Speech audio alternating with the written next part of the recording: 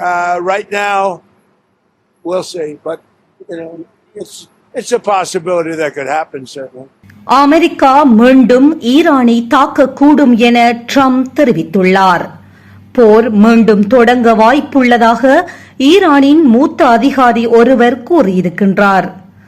மறுபுறம் அமெரிக்கா கடற்கொள்ளையர்கள் போல செயற்பட்டதாக ட்ரம்ப் நகைச்சுவையாக கூறியிருக்கின்றார். என்ன நடக்கின்றது?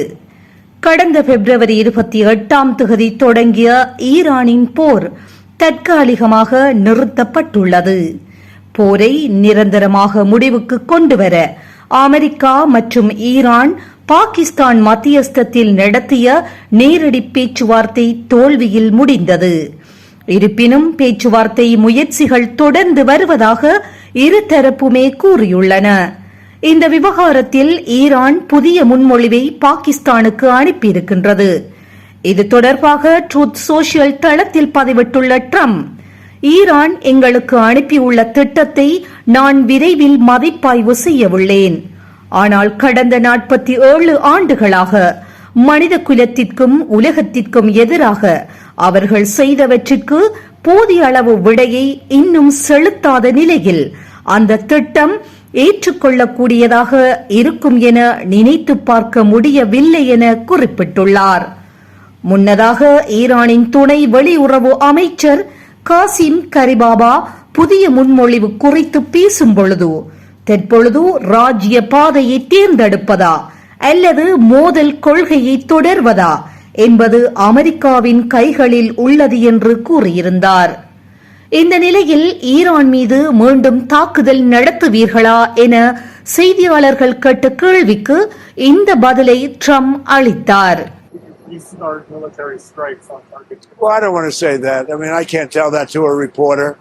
If they misbehave, if they do something bad, but right now, we'll see. But it's a possibility that could happen, certainly.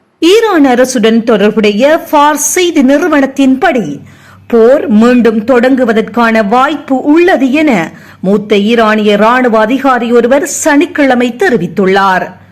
America மீண்டும் தாக்குதல் நடவடிக்கையிலோ அல்லது தவறான கணிப்பிலோ ஈடுபட்டால் அதனை எதிர்கொள்ள ஈரானிய படைகள் முழுமையான தயார் நிலையில் உள்ளன என்றும் அவர் கூறியதாக ஃபார்ஸ் நிறுவனம் செய்தி வெளியிட்டுள்ளது. சரி, ஈரான் முன்வைத்துள்ள புதிய முன்மொழிவில் என்ன உள்ளது? அதாவது அணுசக்தி பேச்சுவார்த்தைகளை பிறகு நடத்துவதற்கான சமீபத்திய முன்மொழிவு ஒப்பந்தத்தை எளிதாக்கும் நோக்கம் கொண்ட ஒரு குறிப்பிடத்தக்க மாற்றம் என ஈரான் நம்புவதாக ராஜ்ய விவகாரங்களில் பரிச்சயமான ஒரு மூத்த ஈரானிய அதிகாரி பேர் குறிப்பிட விரும்பாமல் ராய்ட்டர்ஸ் செய்தி நிறுவனத்திடம் தெரிவித்தார். அந்த முன்மொழிவின்படி இஸ்ரேலும் அமெரிக்காவும் மீண்டும் ஈரானை தாக்காது. ஈரான் ஹோர்மோஸினை திறக்கும். அமெரிக்கா தனது முற்றுகையை நீக்கும் என்ற உத்தரவாதங்களுடன் போர் முடிவுக்கு வரும். ஈரான் மீதான தடைகளை நீக்குவது குறித்த பேச்சுவார்த்தைகள் நடைபெறும். இதில் அமைதியான நோக்கங்களுக்காக யுரேனியத்தை செறிவூட்டும் தனது உரிமையை அமெரிக்கா அங்கீகரிக்க வேண்டும் என ஈரான் கோரும். மிக சாதகமான சூழலை உருவாக்குவதற்காக அதிக சிக்கலான அணுசக்தி விவகாரம் குறித்த பேச்சுவார்த்தைகளை இறுதி நிலைக்கு ஒத்திவைக்க முன்மொழியப்பட்டதாக அந்த அதிகாரி தெரிவித்துள்ளார்.